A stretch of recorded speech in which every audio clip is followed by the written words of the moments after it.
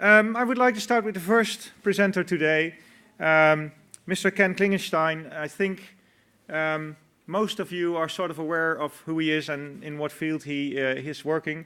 He's the Director of Middleware and Security for Internet 2. I've known Ken for a while now, and his scope is fairly broad, but his main interest and main focus is still in federated identity and identity for the Internet. Recently, he picked up a new habit. It's something with interfederation. Actually, it's more problems than solutions there, but Ken is going to talk about that today. His presentation will be an overview of where we stand, what is going on, what is happening. Therefore, it's an excellent introduction into what's going on in the field of digital identity. And, well, as he said it himself, forward in all directions. Ken Klingenstein.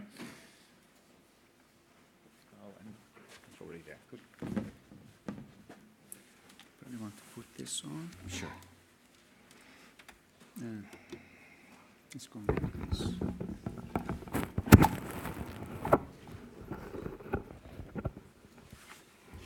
You okay with this? Yeah. And then clap it up.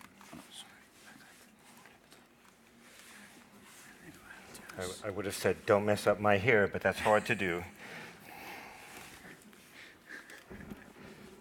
Thank you. Okay. It's a busy slide because it's a busy time. There's lots of things happening in terms of Internet identity. There are hazards ahead, and we may wind up giving way to lots of other strange things. So with all of that as background, let me see if I can advance slides. I want to talk a little bit about why it's so hectic, and then I want to cover 4 different types of Internet identity that are growing. Federated identity, who I see many veterans here. Social identity, I assume you all have Gmail accounts. PKI, the rumors of its death are greatly exaggerated. And then lastly, a stunning new capability called anonymous credentials that help to create a new level of privacy and perhaps a new level of concern in the Internet identity space. These anonymous credentials may be rolling out shortly in the world, and I wonder what kind of havoc they're going to create. So pay attention to that piece. And then, given all these different types of Internet identity, I think we really need to focus on integration across them, and 1 or 2 final thoughts. So why now? The increasing urgent need for Internet identity. I don't know how many accounts you guys have. I have maybe 25, 30 accounts. I won't ask how many passwords you have. I hope there are as many passwords as there are accounts, but one wonders. It's just growing madly, and so we need some alternatives to that.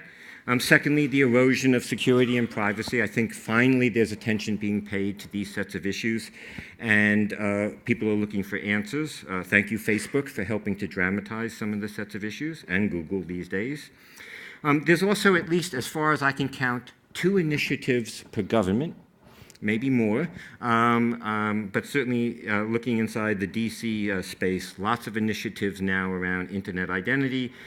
And lastly, the prospect of a marketplace. And the ka-ching of money always changes the world. And it is happening here. I'll come back and talk to that. So, first form of Internet identity, federated identity. Who would have thought that we would call it classic? But now, 10 years later, it's classic. It's the stuff that some visionaries at NSF sponsored early on, and now is ubiquitous in the world. It's metadata driven. We'll come back to that. It often has some schema associated with it. It talks about levels of authentication. And now we're getting into, this is one of the frontier areas, certifying applications as playing by the rules. There's thousands of applications now, from content distribution to outsourced services, from access to supercomputers to access to national research grants. Both the National Institute of Health and the National Science Foundation in the United States accept grant submissions now using federated identity, from student aid to student travel, wikis, and cloud services. It started in the R&E community, but it has now crossed over to health and medical.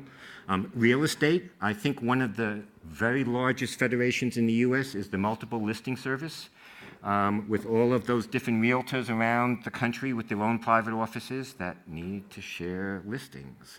My gosh, doesn't that sound like federated identity? International electronic banking. If you don't know, SWIFT, the international banking system, runs shibboleth. So their ability to turn off the funding into Iran that they recently did was because of code that was written several years ago by close colleagues of ours. Really pretty remarkable that it's crossed over.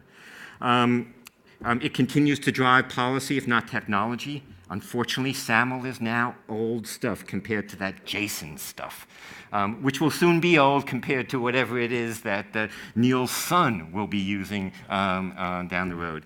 And it's the infrastructure to provide leverage for other forms of identity. I'm going to get back to that in a second. So key directions in federated identity.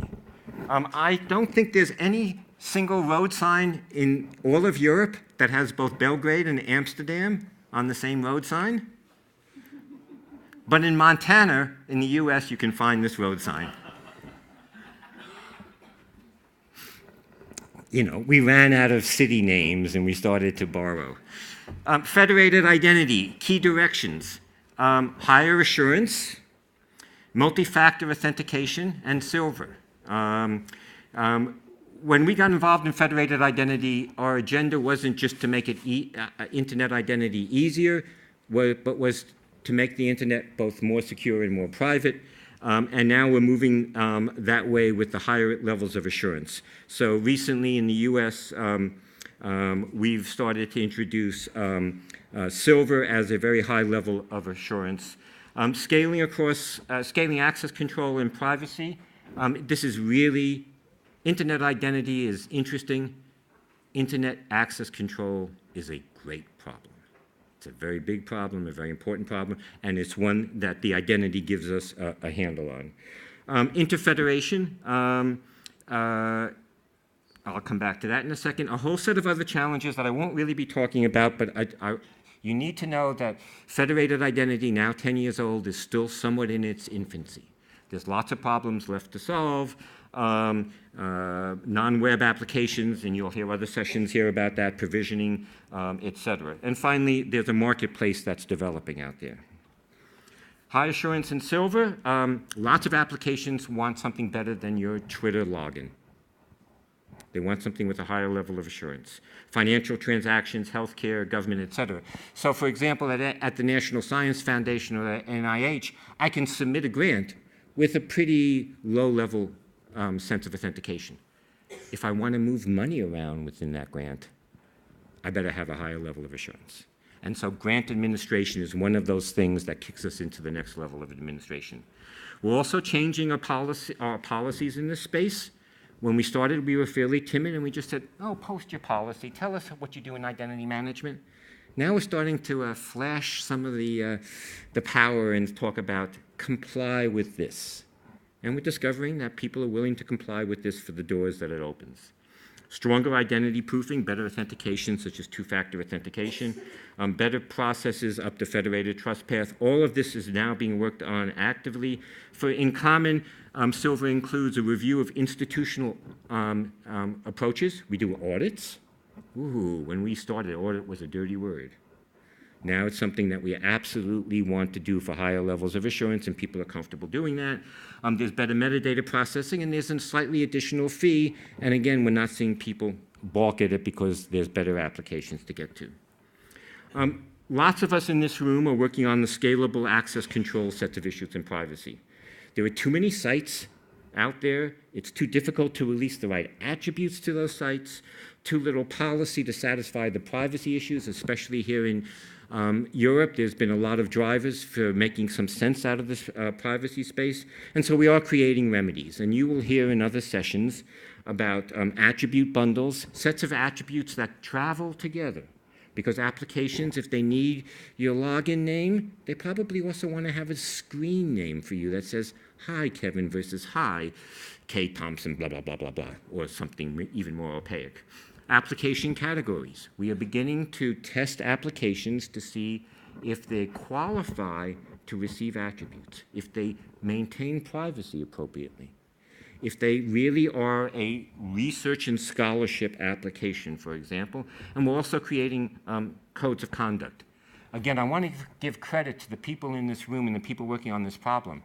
That code of conduct began as an activity from Mikhail Linden over there in the corner. And now, every time Mikhail sends a new version of that code of conduct, I forward it to the highest ranking official within the US government on identity management. And they look for those postings. So the influence that you folks have had in this space is just remarkable.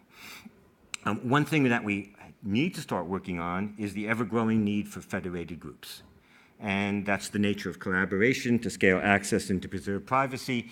There's been some interesting work done in Norway in this space, and we're doing some work in the US around this. It is the next frontier in the federated identity space. Interfederation is the big deal. PKI is globally scalable. It just wasn't locally deployable. Whoops. Federation is locally deployable. There's lots and lots of federations out there, more every day. I found out about 3 just today. Can it scale globally? Well, that's called interfederation. It's like BGP, only 1,000 times harder. Scott Brim, who works for Internet 2, is the original developer of BGP, and every couple of weeks I send him a note going, BGP wasn't this hard, was it? And he says, no, BGP fit on 3 cocktail napkins. We are more than 3 cocktail napkins into this now. It is hard stuff. Why is it hard stuff? Well, I'll talk about that in a second.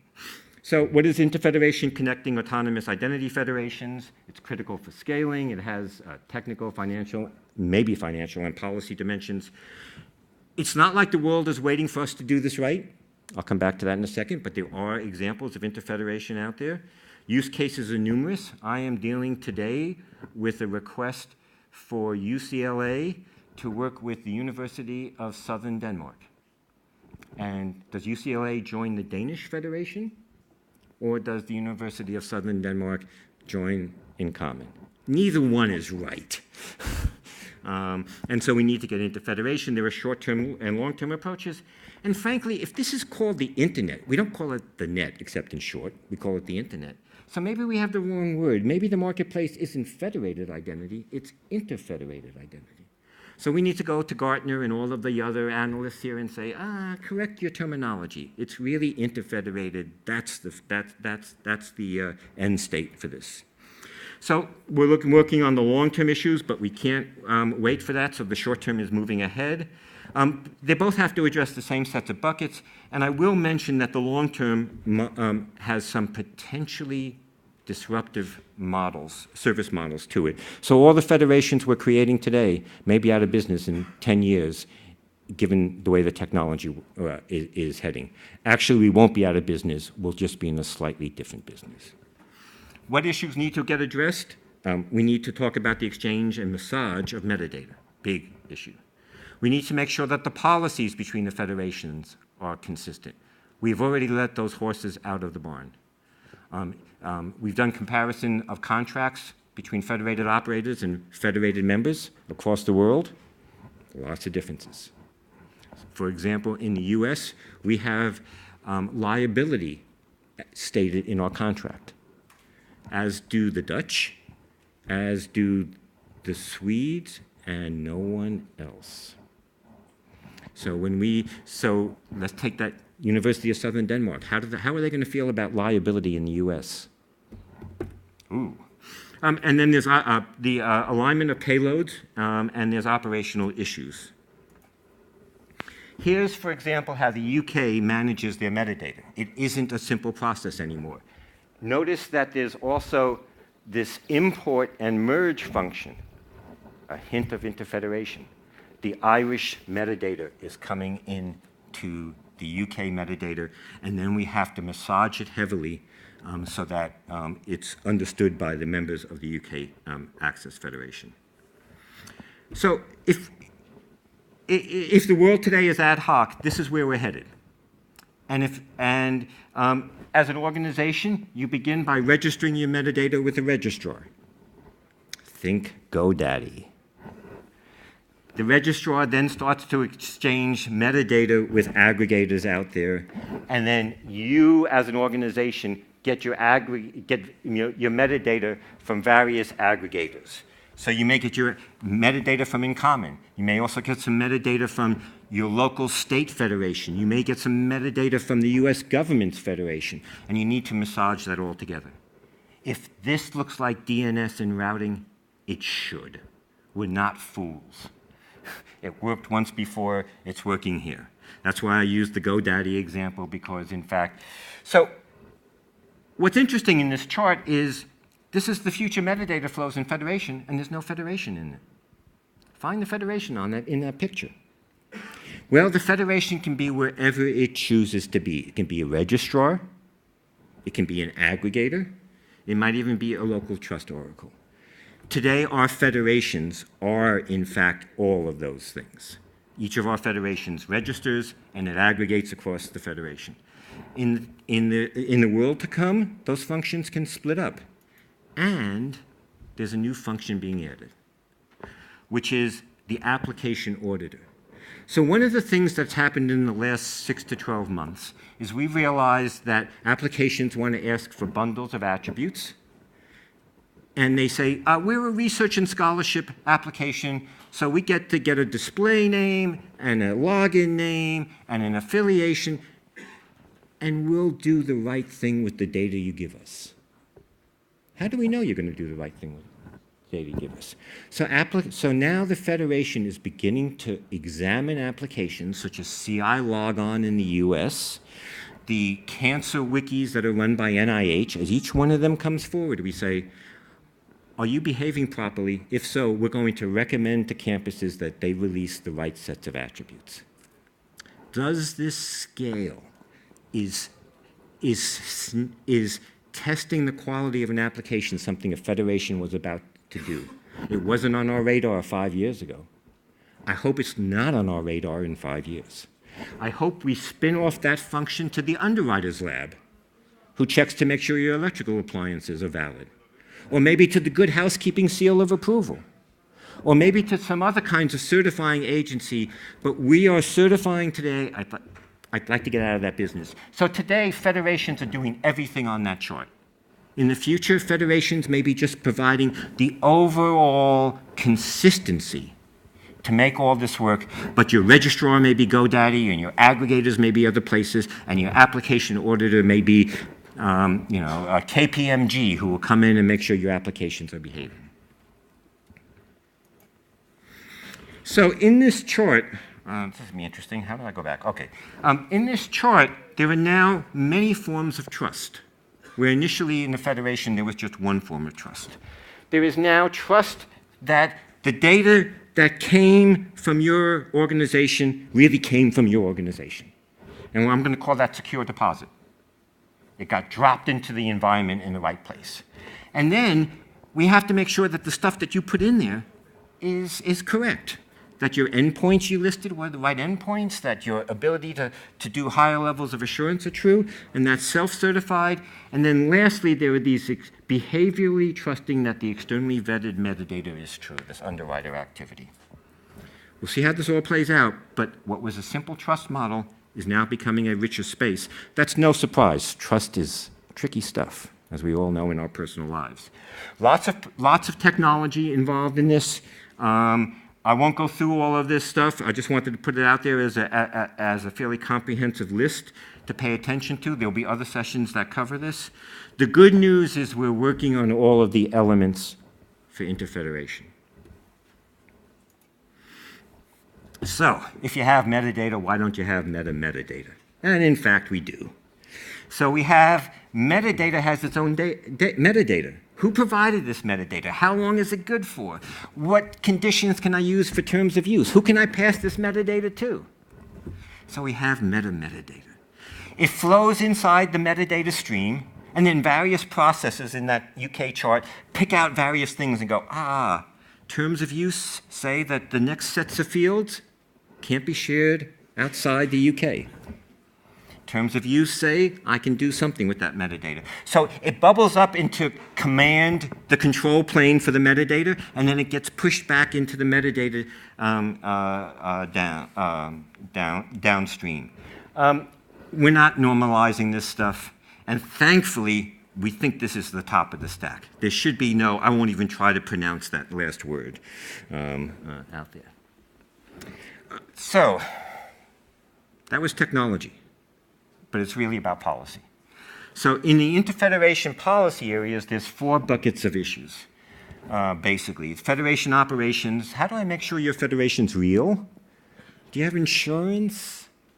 Do you, what laws apply to your federation? How do you handle your signing keys? InCommon keeps the signing key for InCommon on a laptop inside a safe that only 2 people have the control over. We take metadata very seriously. Do you take metadata very seriously? We're not going to share unless we do that. Federation to member relationships. So our contracts have liability in them. What are we going to do about the fact that other countries don't have liabilities in there? When the liability flow breaks, somebody's going to get really upset because their lawsuit can't go on. Vetting of members. When the University of California wants to become a member of InCommon, they submit an application. We call the switchboard and say, we don't call the number that was in the application because that could be some student. We call the institutional switchboard and say, connect us with your provost. That kind of identity vetting. And now, there's a lot more delegation of metadata. Carnegie Mellon University has pioneered this. Carnegie Mellon University, whenever they set up a service on campus, assumes that that service is going to be used off campus. And so it has to be visible to the rest of the world. So they are now 100 different groups on the Carnegie Mellon campus providing metadata, not one person. It's everybody who stands up a service. So how do we control the quality of that metadata? I'm not going to go through all of this stuff. What I did want to share with you is that we're not done on any of that stuff. So this is the status report. We verified this yesterday in our refeds meeting. We have a lot of things left to work on in terms of normalization. When I talk about contract normative format, what we're really talking about there is an RFC inside the IETF that describes the fields that you should have in your contracts. Not what you say in those fields, but at least so that we can do comparisons back and forth. So lots of things need work, but... So, is interfederation getting harder? Well, I was coached in a lot of this stuff by Ian Young of Scotland, right dude. He says, no, it's not getting harder. You just didn't understand what the problem was, Ken. Oh boy, 5 minutes. We're going to go full motion JPEG. So is it getting harder? Yes, it's getting harder because we understand the problem better.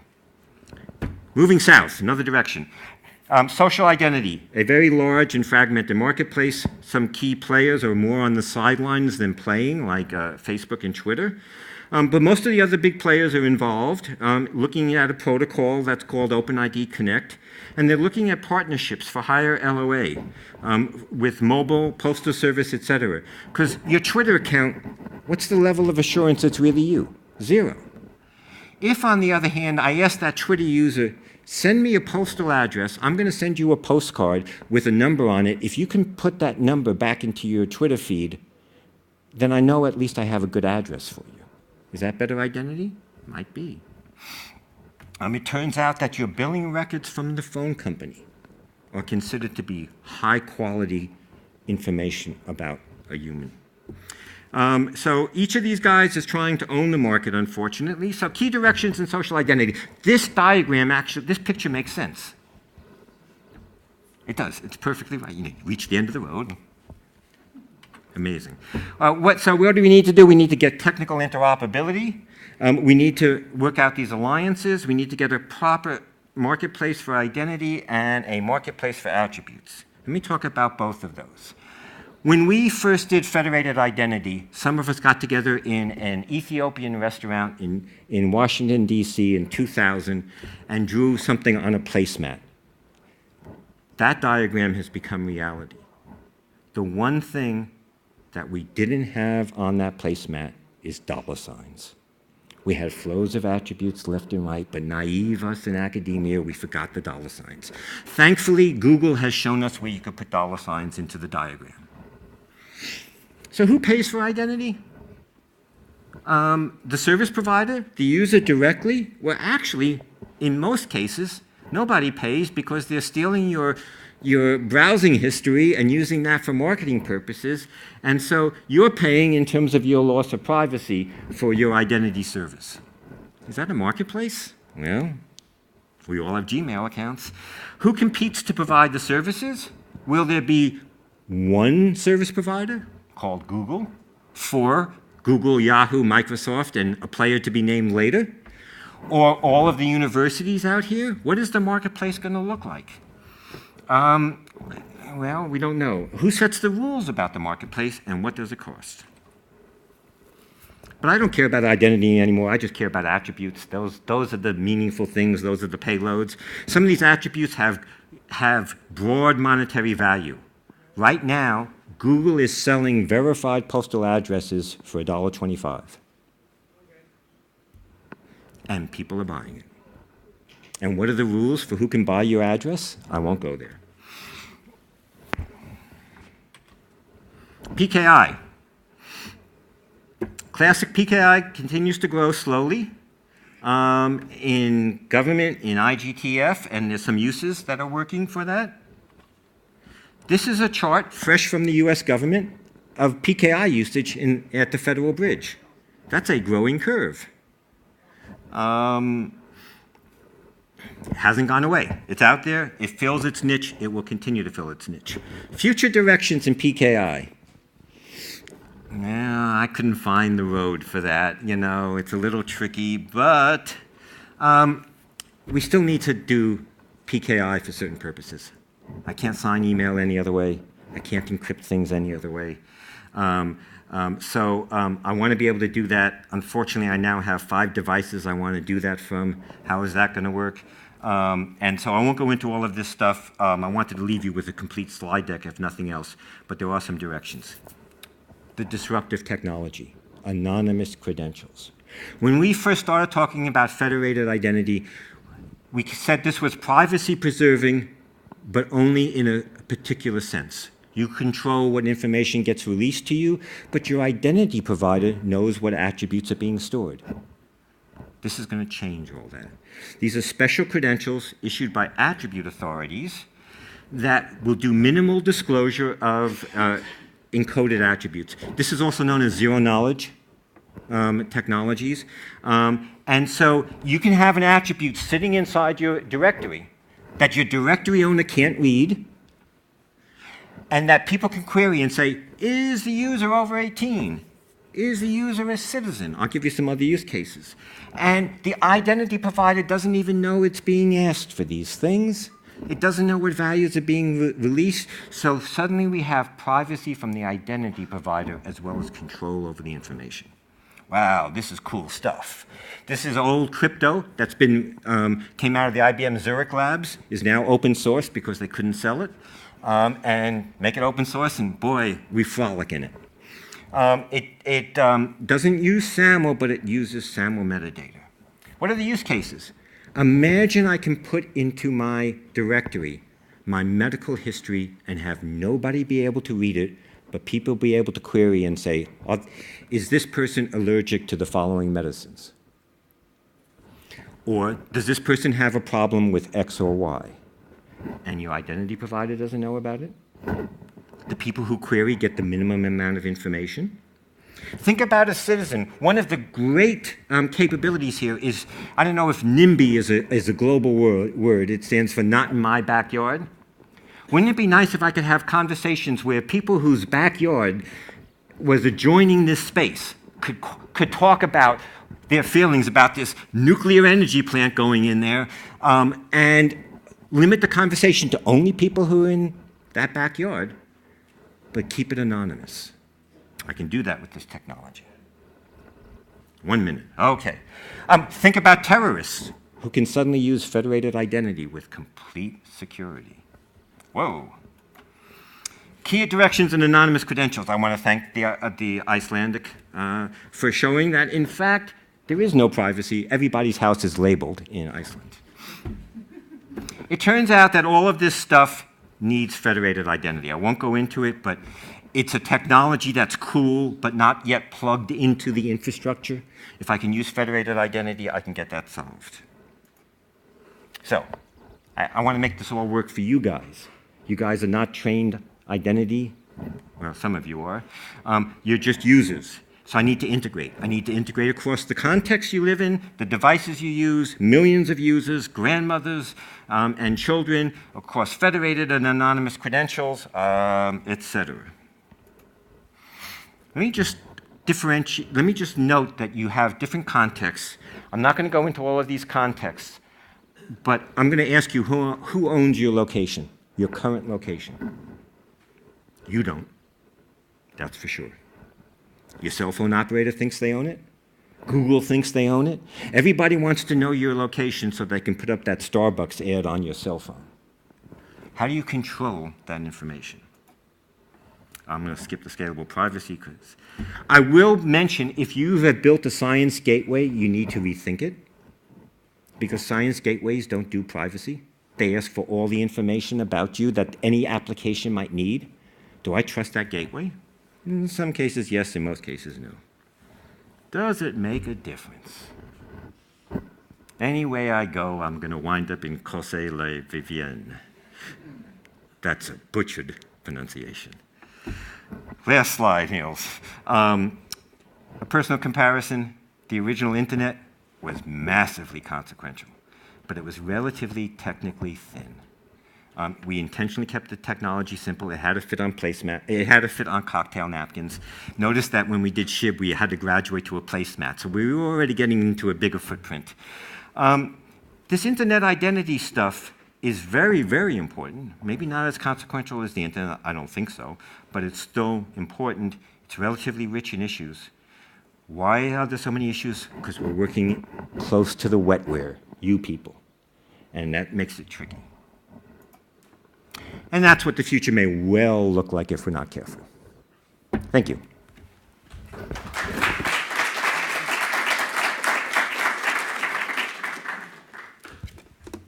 There is time for exactly one question. Sorry, do you this one? Yuri. Ken, you mentioned a couple of functional components that you need to support metadata, whatever, introduce. Are you already ready to talk about infrastructure to support federation and interfederation? Yep, and we are there. If you start from defining infrastructure and functional components and protocols, it's much more simplify the integration and also a bit lower the importance of talking about policy. And we're there, and so we're working within the IETF on some of the stuff. Actually, you were at the meeting on Sunday at ReFeds, and you heard about setting up peer. So yes, we are, in fact, talking about the infrastructure. We're setting up attribute registries. We're setting up LOA registries. So we are beginning to build the foundations to support this going global. Thank you, Ken. And a hand, please.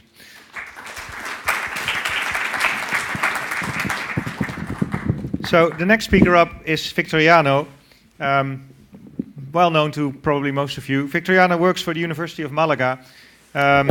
He does a lot of stuff, but mostly in middleware, I dare say. He picks up a lot of activities within the middleware task forces of Terena, and recently also became one of the co-chairs of the TF-EMC Square, the middleware collaboration task force for Terena. As Ken already mentioned, a lot of the stuff we have been doing in academia is now sort of percolating towards other sectors, for example, government. And Victoriana will tell us about what is happening in SCDIC. I hope I pronounced it right. Yep.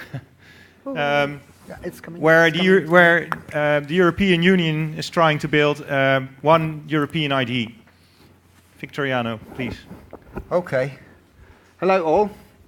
Today I'm wearing mostly my EU hat.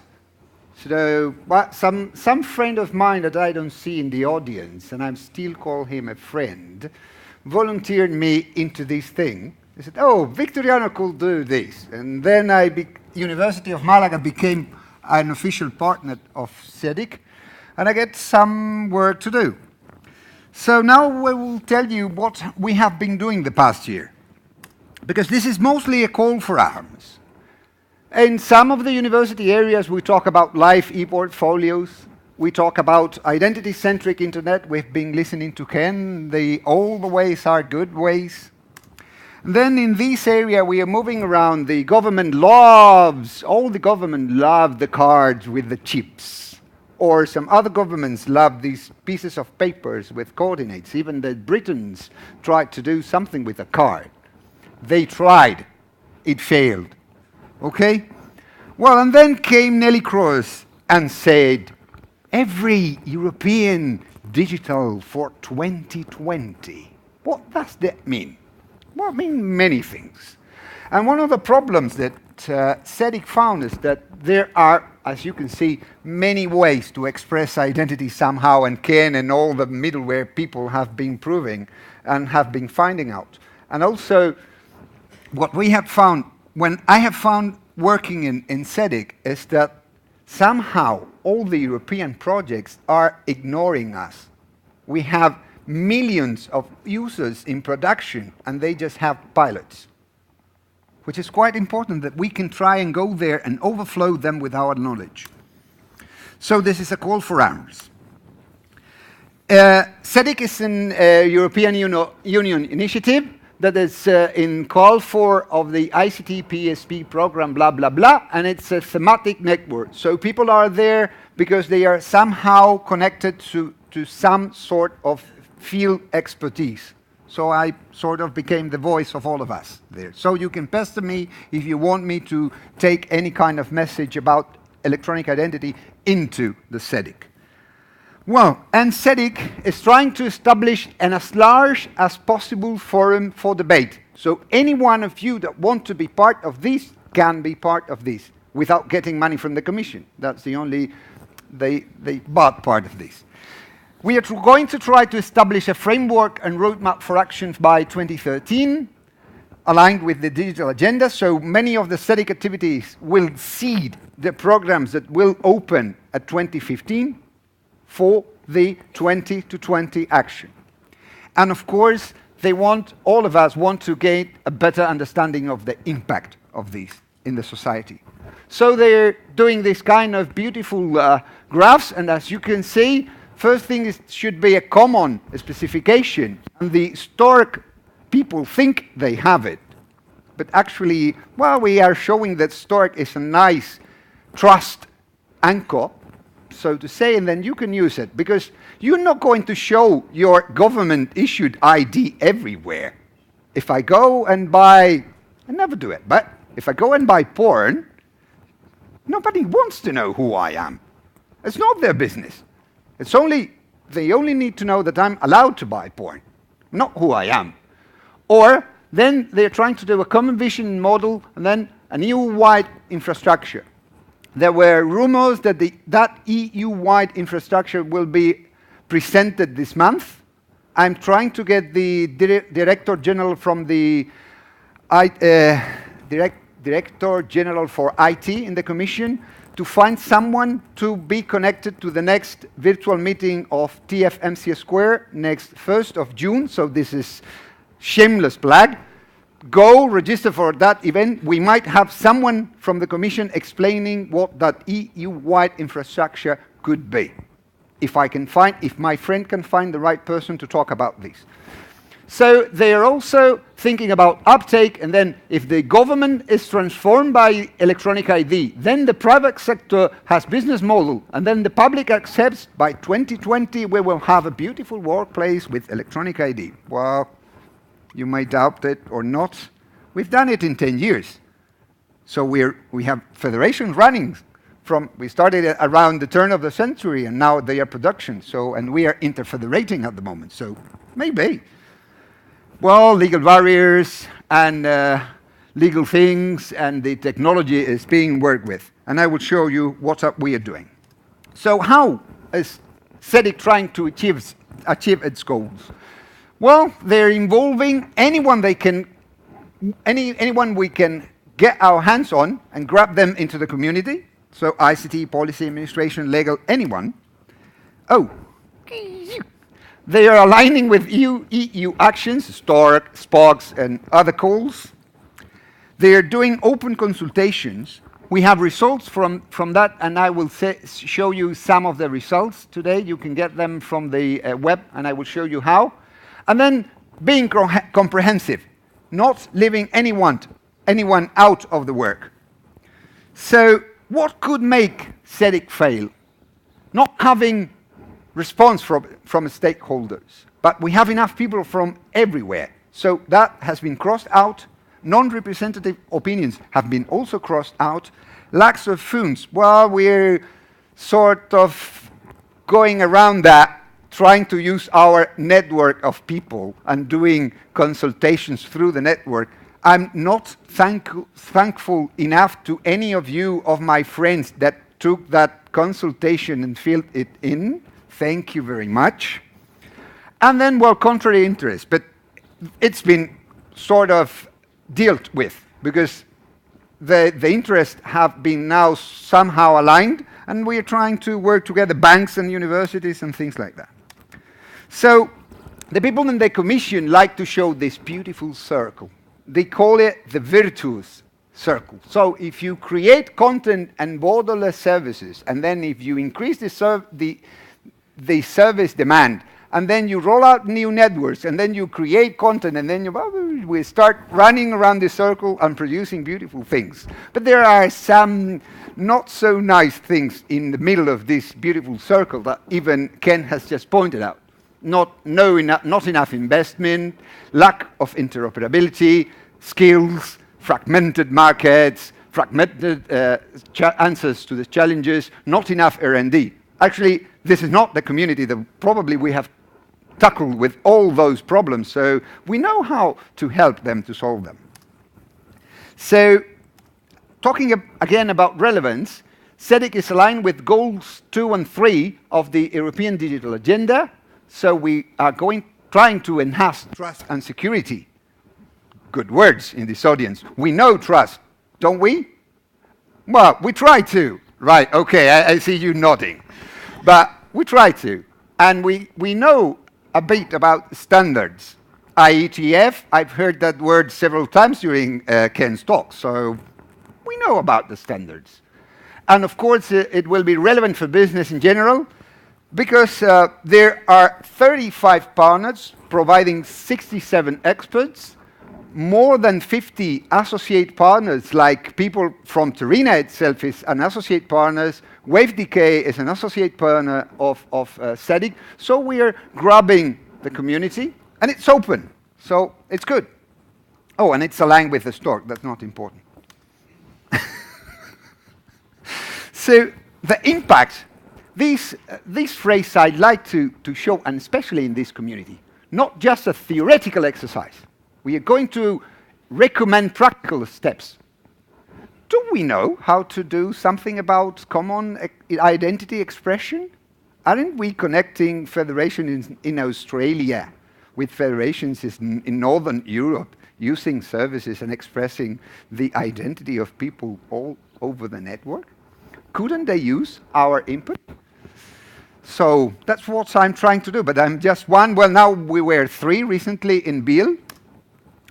So one of the most expected outcomes are business models through best practices and actions, timelines and recommendations. And we are working on that. The methodology is interesting. They have found a beautiful methodology that is created by a Portuguese professor, and they call it Pestle, which is political, economical, societal, technology, legal, and environmental aspects of anything. So there are tracks working on many of these points. But as you can see, we know about the yellow button, don't we? We serve education. So we know about the yellow button. Do we know technology? What would you think? That we do know technology. And legal, well, we have a prestigious lawyer sitting in the audience, so, and we have the policy people here, so we know legal. We could send a lot of good input in this program.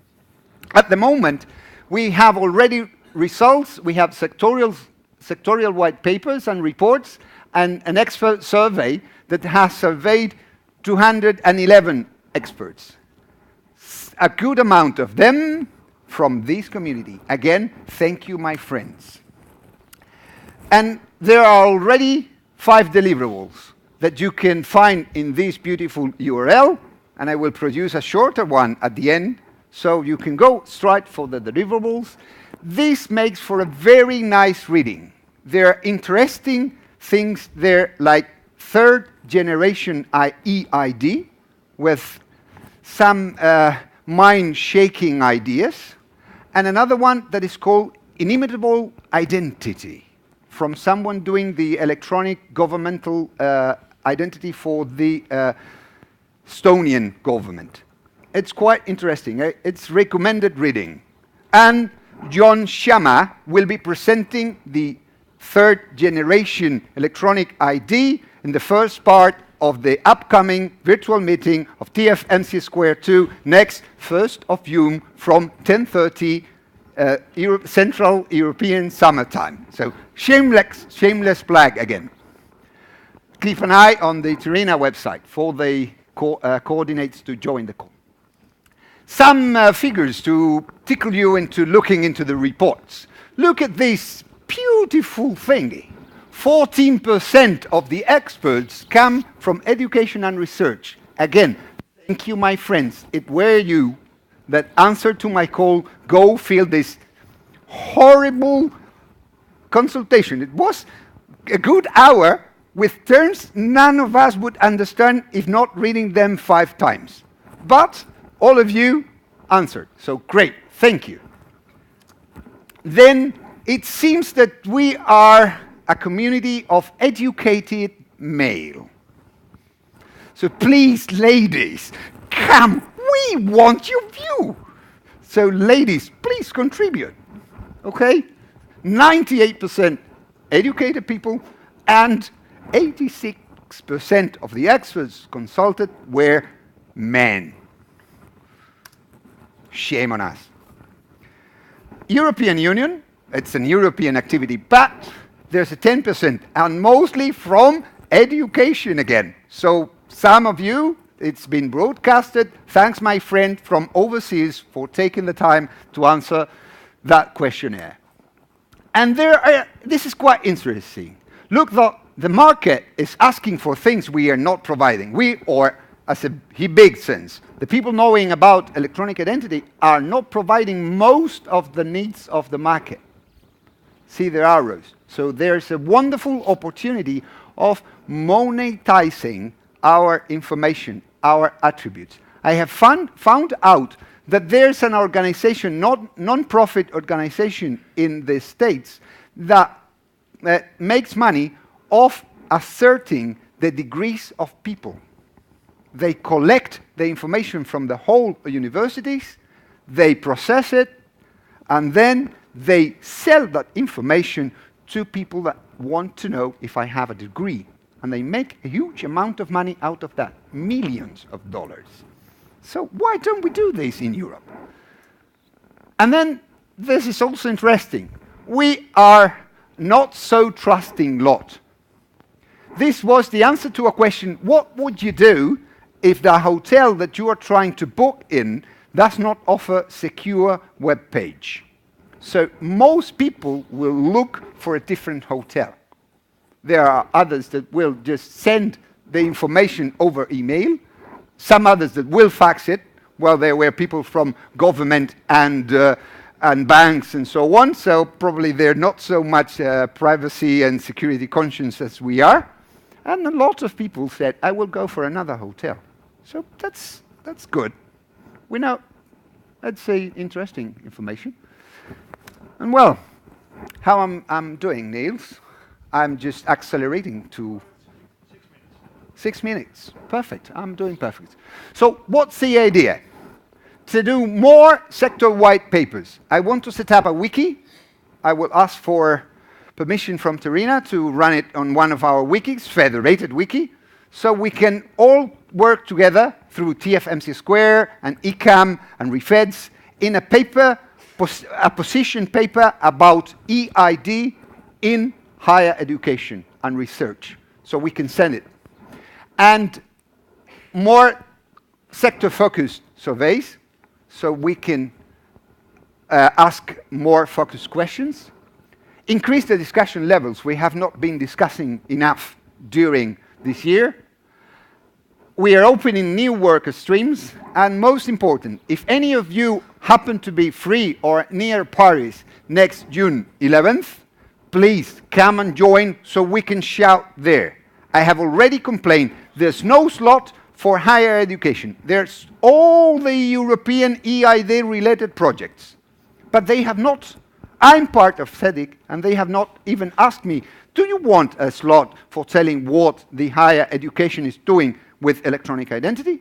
The objective was to connect all those projects and try not to go in different directions and go synchronized in the same direction. But I think we have a lot of things to say, so I already complained that we wanted a voice there. But if we are around, we can start sitting. Just for the fact that Andrew Cormack, Licia Florio, and David Simonson went to one of those meetings and were around saying things, it's why I'm in CEDIC. So it's not bad. Go there. Let's flute there. Let's tell them what we do. We have several millions users in production already, so there's something to say. It's the motto of the REFEDS website. 16 million users, over thousands of institutions have something to say. So please, please, please join. That's the final outcome we're looking for. We now know what needs to be done to progress Europe's EID vision. And I think the higher ed community has a lot to say here. Well, read. Web. Write. There. Join. Here. Invitations made. Okay. That's it. Thanks. And I hope to see you around the Sync Sphere in CEDIC.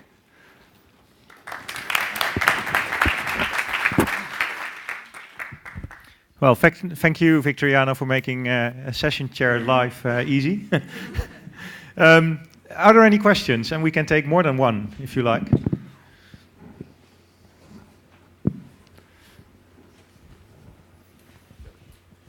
Thank you, very interesting. Shell Wagoner from Internet 2. You mentioned that higher ed wasn't invited, but I'm surprised because that would imply that somebody else is doing something better and broader than higher education is in this space that they expect to learn from. Could you tell me who that is so that I can attend that meeting? Well, it's the European Commission and its projects. No, I said somebody that was doing it better. And it was working, is what I was looking for. So no, it's us who is doing that. Right, so I'm better than that. what they are saying. It's just pilots. They're showing off pilots. They say, "Oh, wonderful Stork 2," and then you say, "How many?" There is another possibility. They're all idiots. I mean, the problem is that the Stork people are trying to present themselves as a solution to a bunch of problems, are maybe 5 or 6 years behind us in everything, right? Yep. I agree. We have tried to contact them, and they have always been escaping. That guy behind you, well, you were in Santiago with me, with the big Stork honcho, came there, and when we tried to approach him to talk, he just vanished. It's taken how many years to convince them that SAML was the way to express the Stork attributes? Not much. Well, but 2 years only. Oh, 2 years only, okay. But actually it's quite useful. Well, I would say it's not that bad. No, not that bad, actually. They have some drawbacks, Yep. technology, the SAML extensions and so on, but at least they have got the impulse from the Commission Yep. to do things, which if they're given to us, we would have done some other things. No, Maybe well, better, but they have the backup of the Commission. yeah, that's why I'm here presenting this. Because please join. There are tools. If we are vocal enough, probably this is a good opportunity for the whole higher education in Europe to be listened about electronic identity. If we do not increase our voice there, increase our presence, we will not be seen. And there's not something that we can do, 3 of us. We need more recruits. Any other questions? Well, thank you, Victoriano. Please give him a warm hand. So you better. So, the next presentation, and which is sadly already the last presentation in this session, is actually a duo presentation. Floor and Marijke, well, actually, already during REFATS and also during Ken's presentation, it was noted that there's seemingly an interesting overlap between what internet and the way internet was built is doing and what is going on in collaboration and what is going on in federation. And this led both ladies to this presentation and the work that they have done within SurfNet. They will now take us on a guided tour which will compare, say, the way internet evolved and internet exchanges evolved, and what would that look like if you would do that for collaboration and for federation. Thank you, Niels. In this presentation, we are exploring our way from existing network exchanges to the concept of a collaboration exchange. So the network will be our guide for how to set up things in the collaboration world.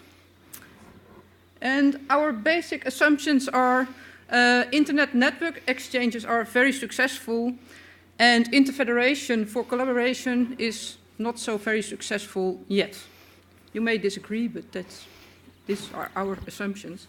And they have led us to a nice thought experiment, and that is, can open network exchanges inspire us to create an open collaboration exchange? A related question, of course, is, does it make any sense to create an open collaboration exchange? Well, our main rationale to create an open collaboration exchange are these type of collaborations. You may call them virtual collaboratories or virtual organizations, or your favorite label. Important is that these are teams collaborating and they have members from different countries and they are using different services. So, now that we have introduced the subject of our talk, we would like to give you a very brief history of federations and of internet exchanges. But we suppose our audience is more familiar with the history of federations, and you've all read the Federalist Papers, so we'll keep the history of federations short, and then Marijke has some more time for the history of network exchanges. I made this overview based on TNC programs and TNC slides, but I will not read it for you, you can do that at home.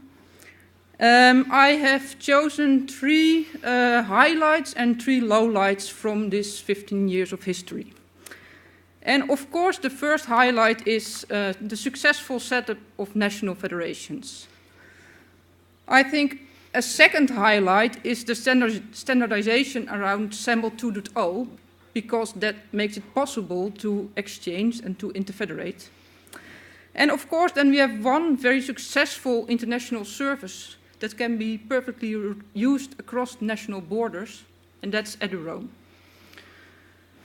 There are also things that make me a bit cynical about interfederation, and that is we are working on issues like inter- and intra-domain policy management since 1999, and we haven't solved that yet.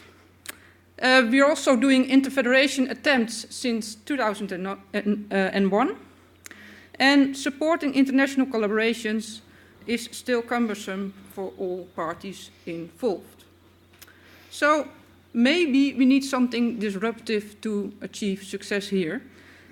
But let's first have a look if things went better in the network world. That's the network world. If it went better, I'm not sure, but it started a little earlier, already in 1989, so some 23 years ago. And in 1989, some guy at NASA Ames Research Center called Milo Medin, he picked up a 10 megabit switch, Ethernet switch, and built the first network exchange. Some 4 or 5 networks connected, so it was a very small start. But that was the first exchange where different networks could easily connect to each other and exchange traffic. Before you had that, all the networks had to interconnect with each other to exchange traffic, so you had to make a connection with everyone else. And as the internet grew, that became more and more cumbersome and expensive, of course, to connect to everyone. Already in 1991, the first commercial internet exchange started working, and the goal of the GIGs, it's called, was to create an independent interconnection point with no US government defined acceptable use policy for the traffic exchange over the internet exchange. So that was already very early. Then in 1994, a lot of things happened. In the US, 4 network access points were created after the funding of the NSFnet stopped. The May East, and that was the first one, and not May West, as some people think. In Chicago 1, in New York 1, in San Francisco 1. And in Europe, things started to develop as well. We had in 1994, in February, the announcement of the pilot of the Amsterdam Internet Exchange. And in the same year, the links in London started working. And the next year, the DGIX in Frankfurt was founded, and in Moscow, an internet exchange was started as well. Of course, in a lot more European countries, people were building internet exchanges.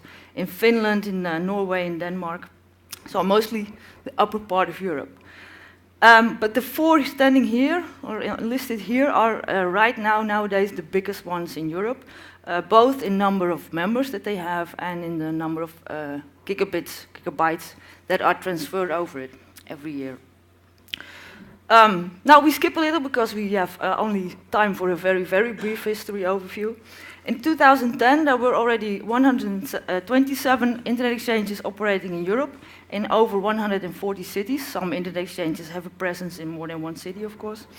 And that number is still growing, and the amount of traffic is still growing every year. So I'm looking forward to the numbers of 2011 that were not yet available. And you also see this not just in Europe, but in the rest of the world as well. And parts of the world where there are not that many internet exchanges yet, you typically see first the not-for-profit internet exchanges starting, and afterwards they come more the commercial internet exchanges. And everywhere you see that growing. So why are these internet exchanges so successful? They've been operating over years and still becoming bigger and growing in traffic.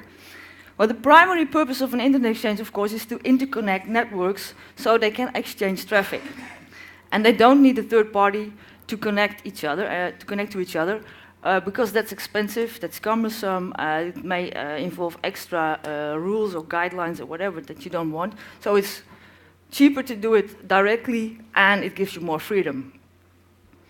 So one of the main reasons it's so successful, I think, is cost reduction, but also latency and less latency and better performance are very important factors.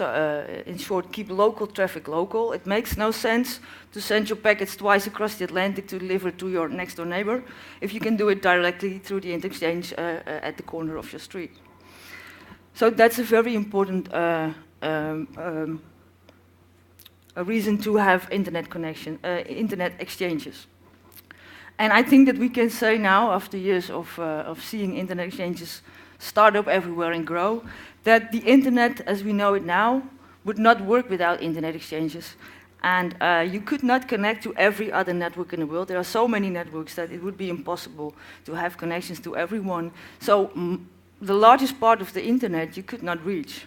And using internet exchanges, I think everybody can reach all other networks in the internet.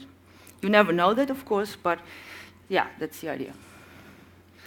Yeah. So the concept of an open exchange, an open internet exchange offers a shared and open infrastructure where multiple networks can meet at a central location in order to exchange IP traffic. That's what it is, actually, an internet exchange. But with a few minor changes, you can also have a definition of an open collaboration exchange. It offers a shared and open infrastructure where multiple identity providers and service providers can meet at the central location in order to interconnect. So this looks similar. Doesn't sound too weird or crazy. Next to the physical infrastructure, where an internet exchange, that's a really important part of it, it needs a policy. You need some kind of policy, guidelines and rules, and you need a governance body, which is probably also what you need in a collaboration exchange. But what the exchange does, actually, is tie everything together like a fishnet. So the big success factors, I think, of network exchanges or internet exchanges are anybody can become a member. They're open organizations. It's easy to connect. You just have to go there. There are usually a few guidelines. You have to be a legal entity, you have to have an AS number, and you have to come with your equipment or a connection to the facility of the internet exchange. That's usually it. And you have to sign a contract, which is usually not much longer than 1 or 2 pages. So that's easy. Once you have this one physical connection to the exchange infrastructure, you can set up your peerings, and as we heard, BGP is very simple, so it's easy to set up some BGP sessions with all the other members present at that internet exchange. You can pick which ones you want to peer with, the ones you don't want to peer with, you don't peer with. So that's also, up to your own liking what you want to do. And the internet exchange itself is neutral, impartial, and independent. It doesn't care who you want to peer with. As long as you pay your port fee and sign the contract, that's all they are bothering you with. And who you want to exchange traffic with is none of their business, actually. What most internet exchanges also offer are some common services. They usually have a route server. If you set up a peering to the route server, you get the routes of all the other participants that also peer with the route server. So one BGP session instead of 100 or 200. So that it makes life easier, actually. That's the whole idea of a route server. They usually offer extensive measurements and statistics, so you know the bandwidth you're using, you know when you have to upgrade, you can see the traffic to all your different peers. Usually they have NTP servers, and at most large internet exchanges, at least in Europe, there is an instance of the DNS root server. This is for DNS, so not a route server, but a root server. Mirror attached to, connected to the internet exchange, and on the M6 there is a K root server, which is operated by RIPE NTC, and there's also one here in Iceland at the internet exchange, by the way.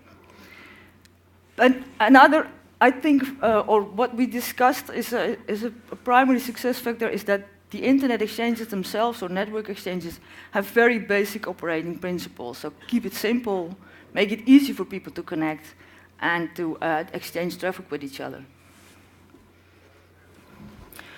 Of course, there are also some differences. We saw the nice definition that can easily be changed to a collaboration exchange, but it's not the same, a network exchange and a collaboration exchange. On a network exchange, you have reciprocal relationships within the peers. You set up a BGP peering that's always between 2 parties. It cannot be 3 or 1. And one-way traffic is always useless, or almost always useless. So you set up a peering with a different party. And federations have a lot of non-reciprocal relationships between parties, because if I act as a service provider for you as an identity provider, that doesn't mean that the same relationship exists all the other way around. So the network exchanges, as I said before, are usually, most of them, open by nature. Everybody, every ISP can decide himself where he wants to connect, if he wants to connect to 1 or more internet exchanges, and which peering partners he wants to pick at that exchange. And of course, federations are closed by nature. They basically separate the ones you trust from the ones you don't trust. And if you leave trust out of your federation, you end up with nothing. And on a network exchange, the content doesn't matter. So the traffic you exchange with your peers is none of the business of the network exchange. They don't filter the traffic. They don't look into the traffic. There are usually some guidelines of traffic that is forbidden, but it's only because that would hamper the operation of the internet exchange itself. For the rest, it's up to you what you exchange with someone else. And the policy that you have for that are the routing policies that you make up between you and your peer. And they are registered in a routing database, but none of that has anything to do with the internet exchange. You have to do that yourself. And of course, in federation, content does matter. It's not only about exchanging data, it's also about using information. And federations care for your privacy, so we'll always have discussions about legal stuff and policy stuff and privacy stuff. So yes, there are differences between internet exchanges, network exchanges, and collaboration exchanges. But what if we took some inspiration from the network guys? What if we made our federations a bit more open? And what if we kept our policies a bit more lightweight and do the heavy stuff only when it's really needed? And what if we did a little more peering in the collaboration world? So that would mean I accept your users if you accept mine.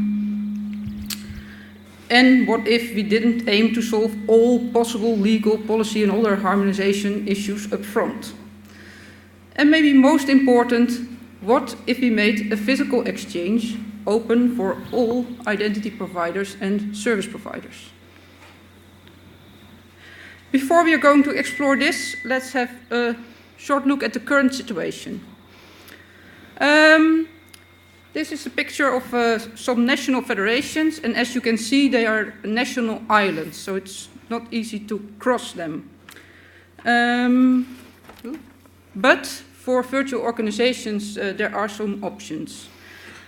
This is a little example virtual organization. It has 4 people. They use 3 services, and it's spread over 3 national federations.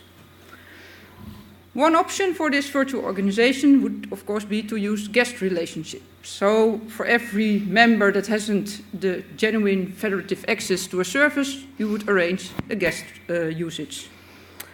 In this little example, you would need 9 guest relationships to arrange. For a small virtual organization, this might work, but for a large virtual organization, this is very difficult. Second option then. Of course, you could also try as a virtual organization to convince each and every service provider you need to connect to each and every national federations you have members in.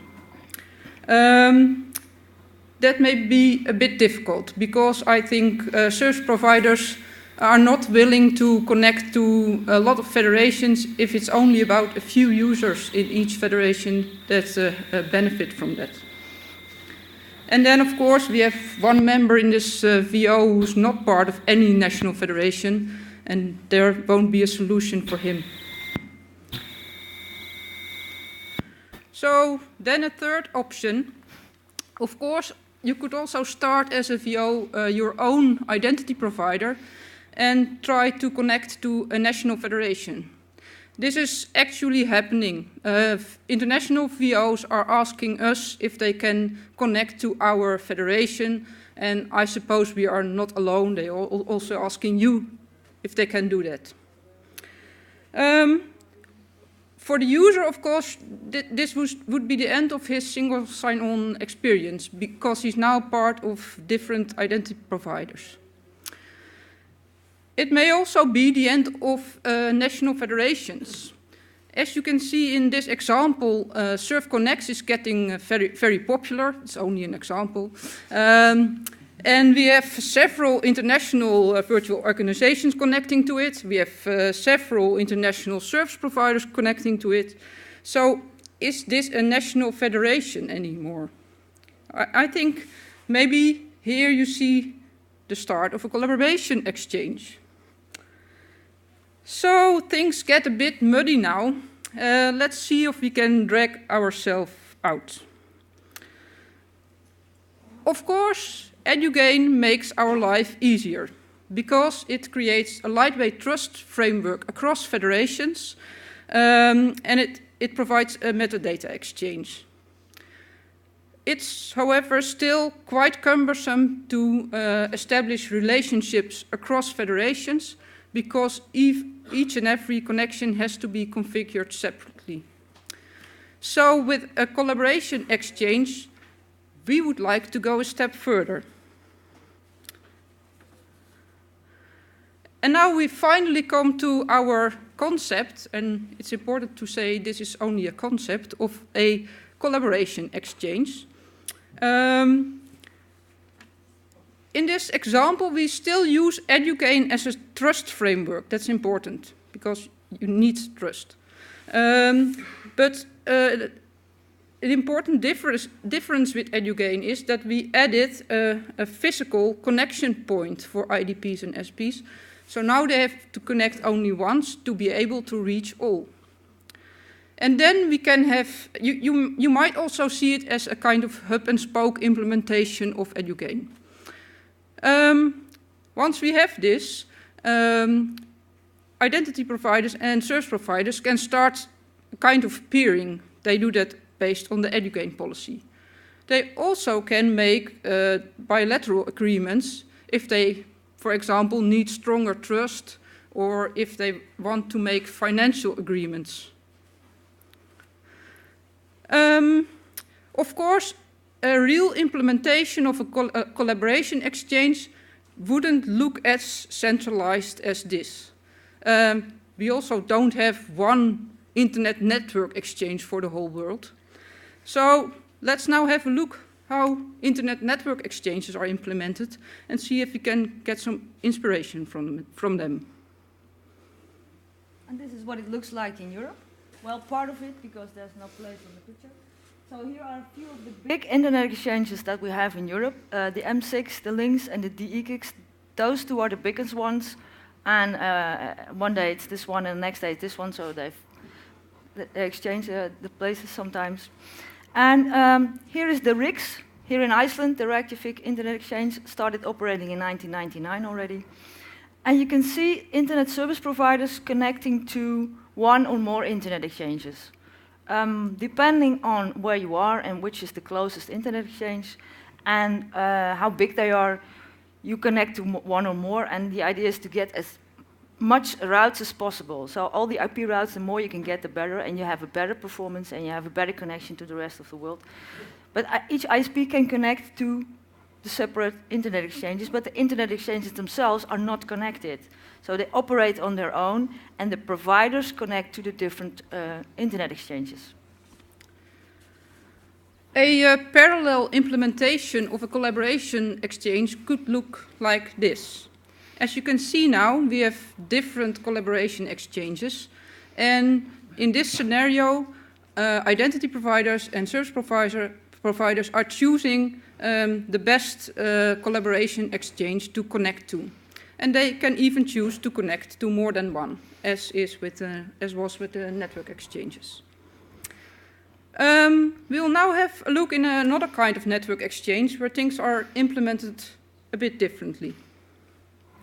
And that's in the Glyph network, or the Glyph community. Glyph is the global Lambda integrated facility, and this is part of the implementation. You see, this is the part in Europe. And Glyph is actually an international virtual organization, so it's not really the network. And Glyph makes Lambdas available for research and projects for usually data-intensive research.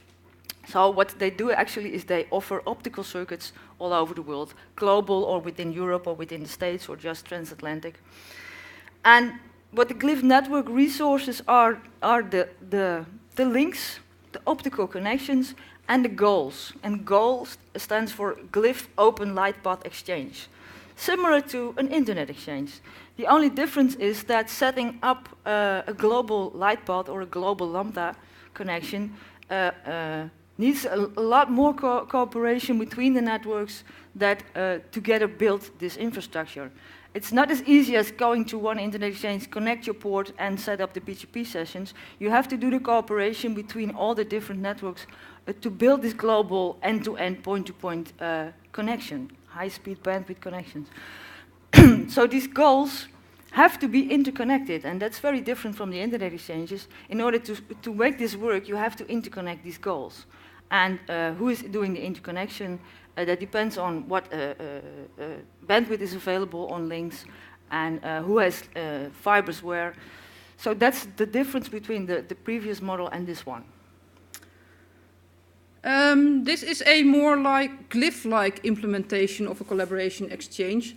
And most important difference with the last implementation I showed you is that now the internet collaboration exchanges are interconnected via an API.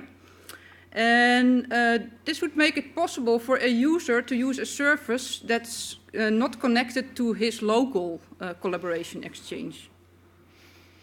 Something like this. Yeah, that's basically the idea.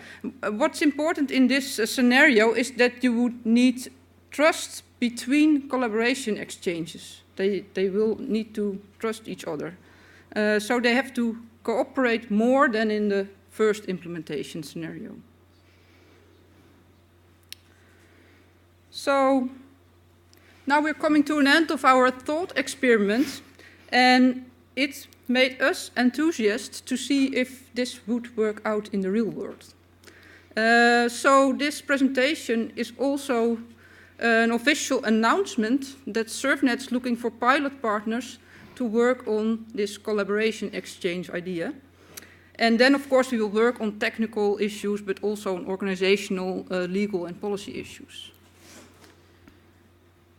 What we are thinking of is we could offer two settings. The first setting is that we open up for you, so you can connect to our pilot open infrastructure. And the second, that's a bit like the first scenario I've presented to you.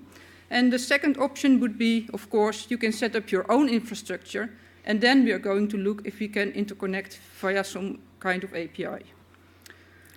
What we want in return is nothing more than your hearts, heads, and hands, so that would be easy. This picture will prevent us from ending up with 50 pilot partners at the end of the day, which would be a bit too much at this moment. It's a kind of disclaimer. A lot of what we have presented today is still a concept. It will take effort to sort things out. And as things go in innovation, success is not guaranteed. But let's end with a more positive note. If you become a pilot and work with us on this idea, then you might be at the start of something big. While we were doing this presentation and discussions, we had some flashbacks to 1994 when the pilot of the Amsterdam Internet Exchange was announced. So hopefully, maybe together we will find dry land after this guided tour. Thank you for your attention, and is there time for questions? I don't know.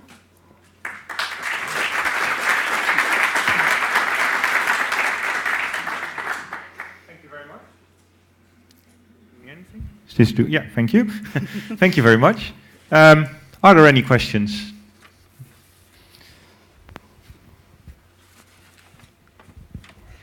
My question is, this concept is for identity federation or for collaborative infrastructure federation? That's a difficult question, I think. It's quite conceptual. It's now mostly about identity federation and interfederation, but we can broaden it. For example, a collaboration exchange could have services for a guest IDP, or it could have a group management facility. So then you're working into more advanced collaboration scenarios. Because if you address also collaborative infrastructure, like scientific collaborative infrastructure, you will have already infrastructure. and identity will be as a part of this. That's true. And in this case, you will rely your solution, and this will works. For me, it's quite clear. It will work for if you first focus or extend this focus of this proposal to the collaborative infrastructure, including tools and instruments, and identity as a part of this. Okay, we'll have a look at that. Thank you. Live? There should be a mic around there, but there's a number of... okay, just a sec. It's more fun that way. So I actually really like the way you think about this. I think it's clearly the right way to think about ICSIS and collaboration sort of meeting points as being analogous. I'm not really sure about the API bit, though. I think that's sort of jumping the shark. It adds a layer of something that isn't true to your original goal of simplicity and orthogonality.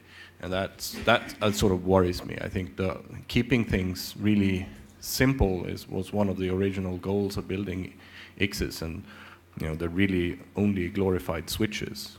And the final comment I was going to make about policy is that it's worth remembering that a lot of ICSIS actually do carry quite a bit of policy, and that the truly open IX in the network world is not that common. There are a number of things that you are required to do if you're connecting to an IX, and I think that we shouldn't, as Federation people, necessarily beat ourselves too much over our lack of, policy harmonization. If you've ever seen what you have to do in order to connect to an IX in Finland as opposed to an IX in Sweden, you'd know what I mean. Yeah, but you do see is that the more open ones with less policy are the more successful internet exchanges. Well, I actually think that in most cases that's about geography. I think the successful internet exchanges are successful because they are where they are. And the AM6, for instance, carries a lot of completely strange policy. If you're connecting to it, you have to connect to the two different switches, and if you're not, then they're not giving you certain guarantees, right? And but people do because it's what it is, right? It's at the heart of Europe, right? Yeah, I agree with you that if you leave trust out, then you end up with nothing. Exactly. And it's good news that we have EduGain. Right, it's sort of the route server of internet travel, at least in Europe. Yeah. Lala. It doesn't work. No.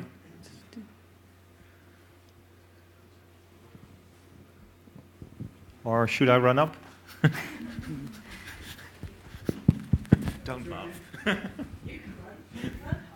I'm interested in privacy issues.